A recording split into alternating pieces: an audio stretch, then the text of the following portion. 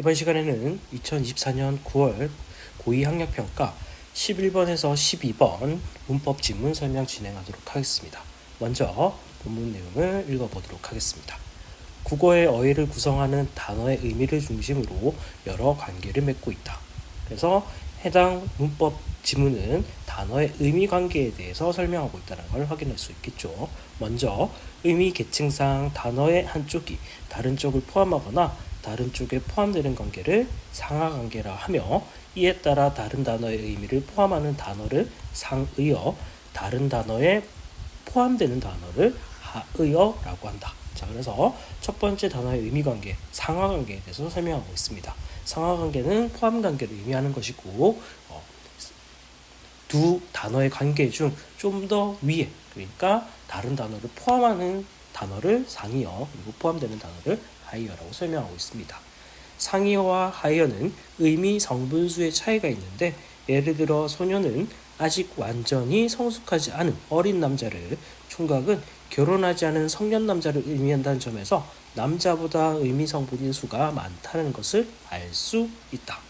그러니까 소녀는 이 총각 남자에 비해서 상의어에 속다.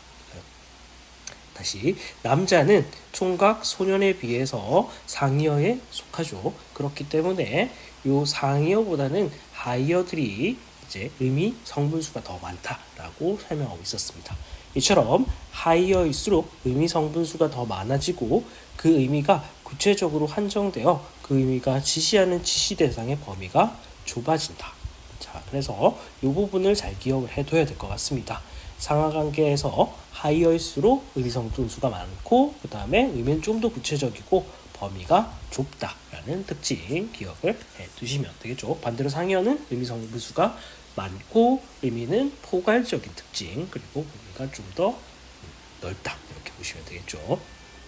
또한 남자는 인간에 대해서는 하이어이지만 소년이나 촌각에 대해서는 상해인 것처럼 상의어와 하이어의 관계는 단어에 따라서 상대적이라는 특징이 있다. 자, 그리고 두 번째 특징, 상의어와 하이어의 관계는 상대적이다. 그러니까 항상 고정적으로 대응하는 것이 아니라 상대 단어에 따라서 그 상의어와 하이어 관계가 바뀐다라는 것을 알 수가 있겠습니다. 다음으로 유사한 의미를 지닌 둘 이상의 단어를 끼리 맺고 있는 의미 관계를 유의 관계라고 하며, 이러한 관계에 있는 단어를 유의어라고 한다. 남자와 남성, 사내와 같은 단어들은 의미가 서로 비슷해서 대개 문장에서 서로의 자리를 바꾸어 들어갈 수 있는 유의어들이다. 그러니까 비슷한 의미를 가지고 있는 단어들을 유의어, 이렇게 보시면 되겠죠. 하지만 그 의미가 완전히 똑같진 않으므로 어느 경우에나 바꿔 쓸 수 있는 것은 아니다. 그래서 유의관계에서는 의미가 비슷하지만 완벽하게 동일한 의미는 아니다라고 정리하시면 되겠고, 마지막으로 서로 대립하게 되는 의미를 가진 단어들 간의 관계를 반의 관계라고 하며, 이 관계에서 속하는 단어들을 반의어라고 한다. 반의어는 모든 의미 성분이 대립하는 단어가 아니라 나머지 의미 성분을 공유하고 단 하나의 의미 성분에 대해서만 차이를 가지는 단어이다. 자, 반의 관계가 조금 어려울 수 있는데, 반의 관계는 하나의 단어와 다른 단어가 서로 반대의 의미를 가지고 있죠. 그런데 그 반대의 의미를 가질 때 꼭 하나의 의미 성분만 달라야 된다는 걸 기억을 하셔야 됩니다. 그래서 하나의 의미 성분만 다른 단어의 관계, 반의 관계, 이렇게 기억하시면 되겠죠. 예를 들어 남자와 여자는 다른 의미 성분은 모두 같지만 성별이라는 의미 성분에서만 차이가 있기 때문에 반의 관계에 있다.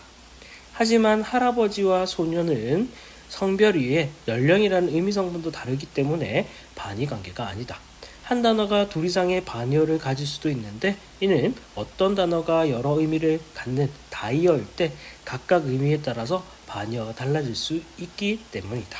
자, 그래서 이것도 두 번째 특징이라고 볼 수가 있겠죠. 하나의 단어가 하나의 반의어만 갖는 게 아니라 여러 개의 반의어를 가질 수 있다. 그때는 이 단어를 다의어라고 얘기할 수 있다. 이렇게 기억을 해주시면 좋을 것 같습니다.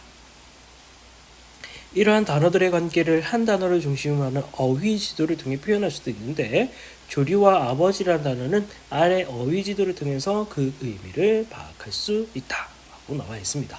그래서 여기 조류라는 단어가 이 동물이라는 단어의 하위 요소로 들어갈 수가 있겠죠. 그러니까 동물은 상이어, 조류는 하이어 이렇게 해가지고 상하관계로 들어갈 수 있고, 그 다음에 조류도 이제 참새, 제비꺼 이렇게 해서 상하관계로 표시가 될 수가 있겠습니다.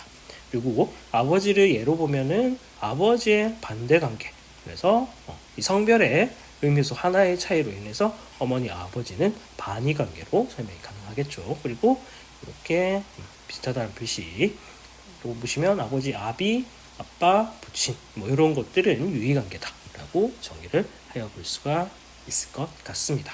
자, 그러면 문제를 통해 가지고 내용 조금 더 자세히 살펴보도록 하겠습니다. 윗글의 어휘지도를 이해한 내용으로 적절하지 않은 것은 1번 동물은 어류에 비해 단어가 지시하는 대상의 범위가 넓다라고 나와 있습니다.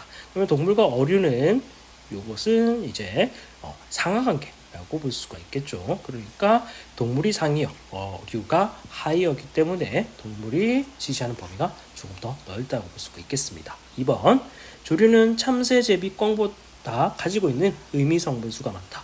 조류는 참새, 제비, 꿩을 포함하고 있는 상이어죠. 그러면은 하이어가 의미 성분수가 더 많다라고 했으니까 이 상이어는 의미 성분수가 적다라고 해서 2번이 틀린 정답이 될 수 있겠습니다. 3번 아버지와 아비는 의미가 유사하지만 문장에 따라서 바꿔 쓸 수 없는 경우도 있다. 그래서 유의관계를 설명하고 있는데 유의관계는 의미가 유사한 거지 완벽하게 동일하지 않기 때문에 완벽하게 대체할 수는 없다라고 설명이 나와 있었죠. 그래서 3번도 틀린 답이고, 4번 아버지와 어머니는 성별이라는 의미성분을 제외한 나머지 의미성분을 공유하고 있다. 그래서 이 하나의 의미성분만 다른 두 아버지 어머니는 반의 관계라고 설명을 할 수가 있을 것 같습니다. 5번 조류는 동물에 대해서는 하의어이지만 제비에 대해서는 상의어이므로 상하관계의 상대성이 드러난다. 그렇죠. 상하관계는 이제 고정적인 게 아니라 상대 단어에 따라서 그 관계가 달라질 수 있다라고 얘기를 하고 있었기 때문에 5번 역시 맞는 설명이 될 수 있겠습니다. 자, 그 다음 12번입니다. 윗글을 기역을 참조하여 보기에 빈칸을 채울 때 A에서 C에 들어갈 말을 바르게 연결한 것은 이라고 나와 있었습니다. 기역을 보면 한 단어가 둘 이상의 반의어를 가질 수도 있는데 이는 어떤 단어가 여러 개의 의미를 갖는 다의어일 때 각각의 힘에 따라서 반의어가 달라질 수 있는 경우가 있다 라고 설명을 하고 있습니다. 그래서 이게 다양한 이제 반의관계를 찾아보라라는 문제로 확인해 볼 수가 있겠네요. 자, 그러면 걸다라는 단어가 있는데 예문을 살펴보면 벽에 그림을 걸고 있다. 이거는 어떤 물체를 어떤 곳에다가 이제 걸어두는 행위, 비치하는 행위를 설명하고 있습니다. 행위의 의미를 가지고 있겠죠. 그러면은 거는 것에 그림을 걸다 뭐 이런 식으로 한다면 그것을 반대로 보면 그림을 떼다라고 보시면 되겠죠. 그래서 여기 A에 들어갈 건 떼다라고 볼 수 있겠습니다. 그 다음에 지금 친구에게 전화를 건다, 통화를 시도하고 있다 라고 보시면 되겠죠. 그러면 걸면 받다 뭐 이렇게 보시면 되겠죠. 그 다음에 문을 걸어 잠그다, 열다 하면은 이거 요거는 잠긴 것을 열어내는 행위니까 요거는 문을 걸다, 걸어 잠그다 이런 의미로 볼 수가 있겠죠. 그래서 걸다가 들어가야 될 것이고, 자동차의 시동을 걸었다, 그러니까 시동을 켰다라는 턴온의 의미를 가지고 있겠죠. 그러면 시동을 끈, 턴오프의 의미를 가지는 끄다라고 해서 정답을 1번으로 체크를 해보시면 될 것 같습니다. 그래서 지금까지 2024년 9월 고2 학력평가 11번에서 12번 단어의 의미관계 부분에 대해서 설명 진행하였습니다.